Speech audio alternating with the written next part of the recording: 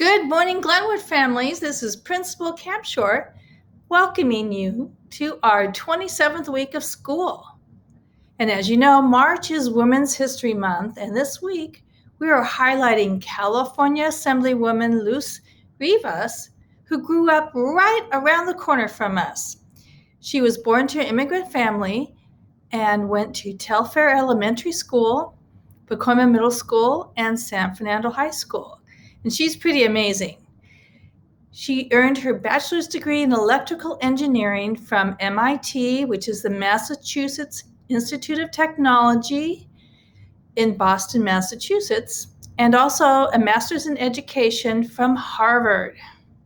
More about her later. I have a little surprise for you there. But now we are going to have the Pledge of Allegiance. So please stand, put your right hand over your heart, and recite the pledge. I pledge allegiance to the flag of the United States of America and to the republic for which it stands, one nation, under God, indivisible, for liberty and justice for all. Okay, thank you. And we're going to sing the Star Spangled Banner today. So stay standard and keep your hand over your heart, please. Can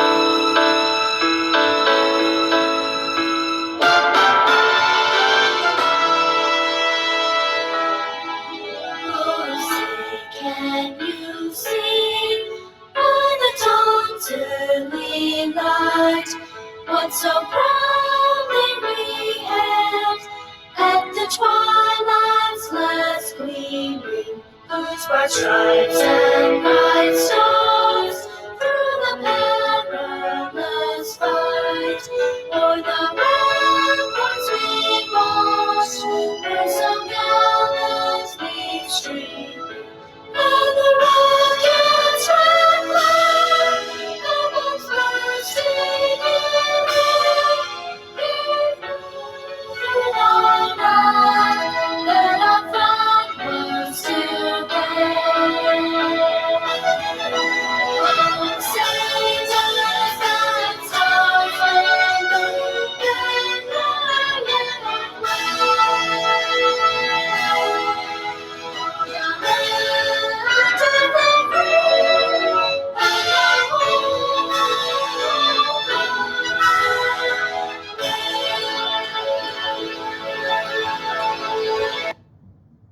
Okay, so here comes some of our announcements. And we have a coffee with the principal. We would have, by the time you've seen this, we would have held one already at 8:30 and another one at 4 o'clock. These are very important because we are talking about a safe return to school, and your parents are going to have to make a selection whether you will be coming to school or staying at home remotely. So it's very important for them to attend. Wednesday, of course, is college day, and don't forget to wear green on Wednesday, also for St. Patrick's Day, just because it's fun. And the community schools is having a town hall meeting tonight at 6, and Friday, of course, is Spirit Day. Okay, so here is our little surprise. So Assemblywoman Luz Rivas was gracious enough to talk to us over a Zoom, and I recorded it. So here she's speaking to you all, Glenwood students.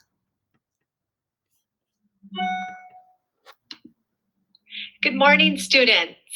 My name is Luz Rivas. I'm the Assemblywoman for the East San Fernando Valley. I represent you in the state legislature because Sun Valley is in my district.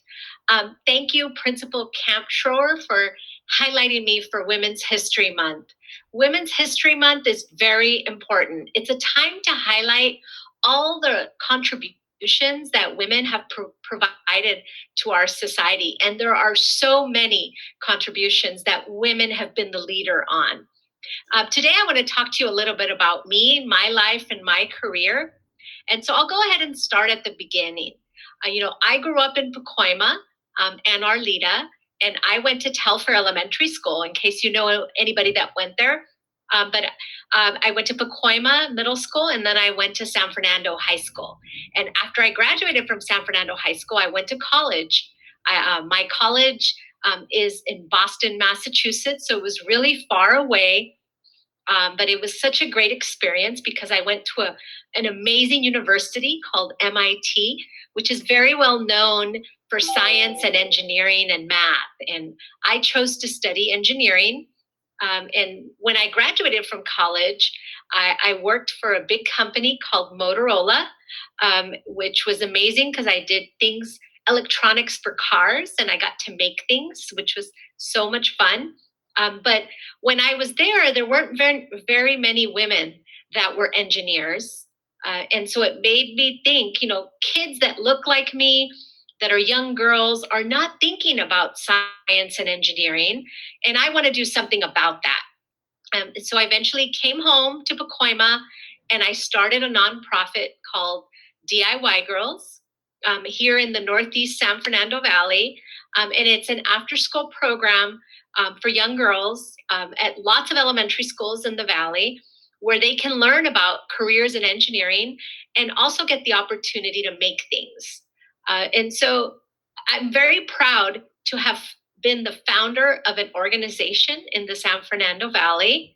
And after that, since I became a leader, a community leader in the Valley. So when there was an opening for this position to run for state assembly, to be the representative of the San Fernando Valley, lots of people came to me and asked me to run and said that I would make a good representative. So I took a big risk. It was very hard, but it was so worth it because I won my campaign, my election, and now I am so proud to represent my community in the state legislature. I've dedicated my life to serving and uplifting others, and it's been great. So if you want to help people in the future, there are so many careers out there that will help, that you can help people in your own community. I started off as an engineer, then I became a founder of a nonprofit, but now I get to represent people in state government, which has been great. I love the work that I get to do for the 39th Assembly District. It's been a privilege to represent working families from the East San Fernando Valley, and to also work on big issues facing our district, like homelessness, healthcare, and education. Those have been my focus. When I go to, what I do every week, I fly out to Sacramento out of Burbank Airport. I go on Monday, and then I come back on Thursday. So that's my my weekly routine, I should say. And it's very important right now, the work that I get to do because of this COVID-19 pandemic. It's hit our state and my district very hard. And I've been working with my colleagues to make sure that working families and students have everything they need to be successful despite being in the pandemic.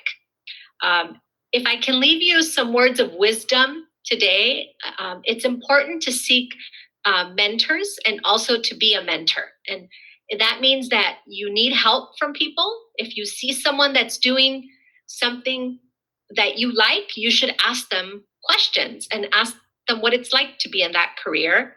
And also, if you're talking to younger kids and you want to help them out, what it's like to be, a fourth grader or a fifth grader or whatever you may be, you should also be helping people that need your help. So I want to thank your school, Glenwood, everyone at Glenwood Elementary, the teachers that help you every day, the school staff and administration, for all the support that they're giving you. And my passion has been serving people and opening doors for young girls and leaders from this community. And I know that your teachers and everyone at your school is also doing the same for you. So thank you so much, and happy Women's History Month to all of you.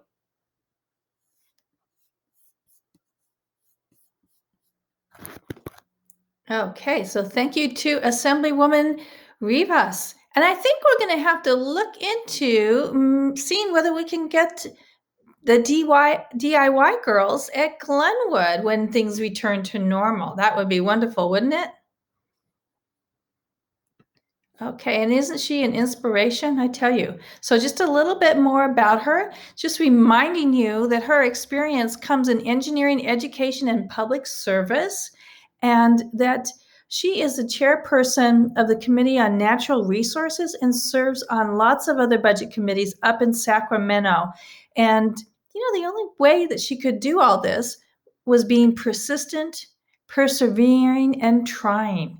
So let's talk a little bit about persistence for our character trait this week. And persistence means that you work hard at a task or a goal, even when it's challenging or you run into some roadblocks or some trouble. Assemblywoman Rivas had a very challenging task to go to MIT to become an engineer and to become a state assemblywoman, didn't she? But she kept on plugging away. Persistence is also having a vision or creating a goal and working toward that goal over a long period of time. I think that tells us a lot about the Assemblywoman, too. So now let's take a look at a book that was written by Chelsea Clinton. It's called She Persisted. Welcome to the Teacher's Library. I'm Miss S.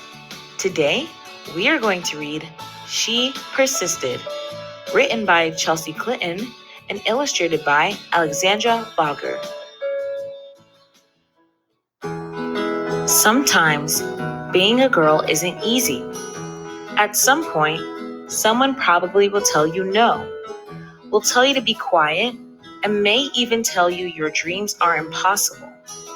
Don't listen to them. These 13 American women certainly did not take no for an answer. They persisted. Harriet Tubman was born a slave, and her story could have ended there.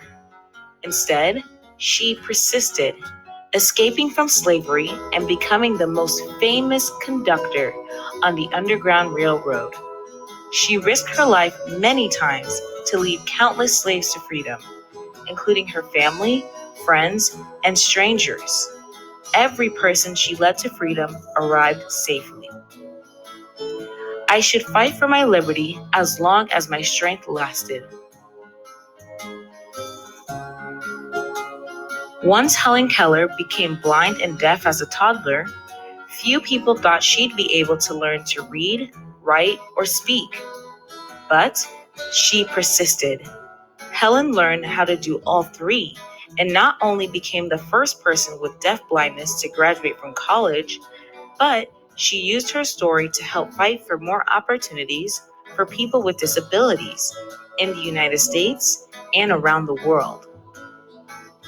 One can never consent to creep when one feels an impulse to soar.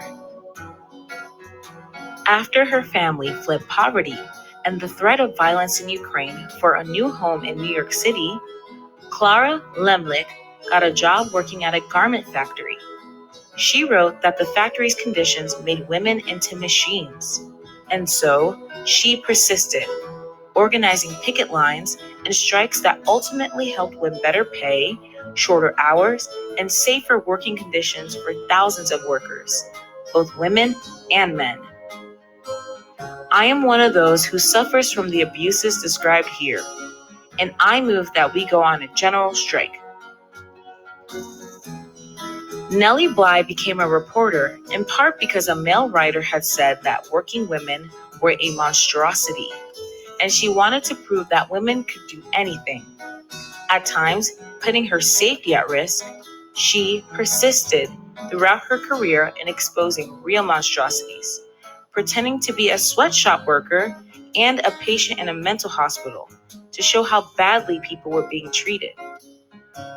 I have never written a word that did not come from my heart. and I never shall. Inspired from an early age by her brother's childhood illnesses, Virginia Apgar was determined to be a doctor long before many girls had such dreams. Even though she qualified to be a surgeon, the male head surgeon at her hospital discouraged her because she was a woman. Nevertheless, she persisted, becoming an anesthesiologist and creating the Apgar score to test a newborn baby's health, which hospitals all over the world still use today. Nobody but nobody is going to stop breathing on me. After Maria Telchi's family moved to California, partly to support Maria's dreams of becoming a dancer, she was teased by students in her school for her Native American heritage, and later was encouraged to change her last name to sound something Russian, since many professional dancers at the time were from Russia. She persisted, ignoring all the taunting and poor advice, to become the first great American prima ballerina. It never occurred to me to say, "It hurts to do that." As a 15-year-old riding a bus home from school in Montgomery, Alabama, Claudette Colvin was expected to give her seat to a white woman just because she was African American. In her refusal to get up, she persisted in taking a stand for what's right, helping to inspire Rosa Parks to make the same choice 9 months later, an act many point to as starting the modern civil rights movement. I knew then, and I know now, that when it comes to justice, there is no easy way to get it. You can't sugarcoat it. You have to take a stand and say, "This is not right." When Ruby Bridges was in kindergarten, many schools across America, particularly in the South, still refused African American students their equal rights to an education. Ruby wouldn't be treated like a second-class student, and she persisted, walking for weeks past angry, hateful protesters to integrate an all-white elementary school in New Orleans. That fateful walk to school began a journey, and we all must work together to continue moving forward. As the first woman to serve as both a U.S. representative and a U.S. senator, Margaret Chase Smith could have let that fact alone be her legacy. Instead, she persisted in championing women's rights and more opportunities for women in the military, standing up for free speech and supporting space exploration. The head of NASA once noted that we wouldn't have put a man on the moon without Margaret. The right way is not always the popular and easy way. Standing for right when it is unpopular is a true test of moral character. Sally Ride always believed women could succeed in any math or science career. Although not everyone agreed, she persisted, and she became the first American woman in space. But that wasn't enough for Sally. She traveled into space once more, and then created science and engineering programs specifically for girls so she could help generations of young women achieve their dreams too, both on Earth and in outer space. Young girls need to see role models in whatever careers they may choose, just so they can picture themselves doing those jobs someday. You can't be what you can't see. When, as a kid, Florence Griffith Joyner visited her father in the Mojave Desert, he would urge her to run faster and faster, to run as fast as a jackrabbit. Even when she had to leave college to help support her family, she persisted in her training on the track, then went back to school and got faster and faster. Her unbroken world records in the 100-meter and 200-meter sprints set at the 1988 Summer Olympics mean she is still the fastest woman ever. When anyone tells me I can't do anything, I'm just not listening anymore. Oprah Winfrey's grandmother expected Oprah to follow in her footsteps and become a maid. Oprah knew, even as a little girl, that her dreams would take her somewhere else. She persisted in turning those dreams into her reality and became a media superstar, working in movies, books, magazines, theater, and most of all, television, where The Oprah Winfrey Show remains the highest rated talk show of all time. The biggest adventure you can ever take is to live the life of your dreams.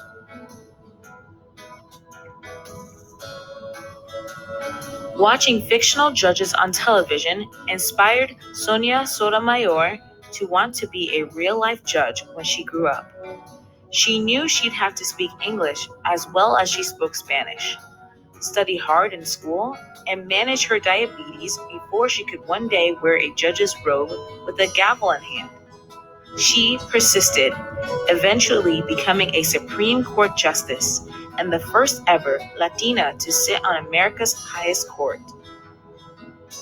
I have never had to face anything that could overwhelm the native optimism and the stubborn perseverance I was blessed with. So, if anyone ever tells you no, if anyone ever says your voice isn't important or your dreams are too big, remember these women. They persisted, and so should you. The end. I hope you enjoyed reading She Persisted today. Okay, so I hope you all persist as well because it's very important for you to be successful. Never give up. And here's the quote of the week. It's only those who are persistent and willing to study things deeply who achieve their master work. From Paulo Coelho. And now it's time for our mindful breathing. So be sure to breathe in through your nose and out through your mouth.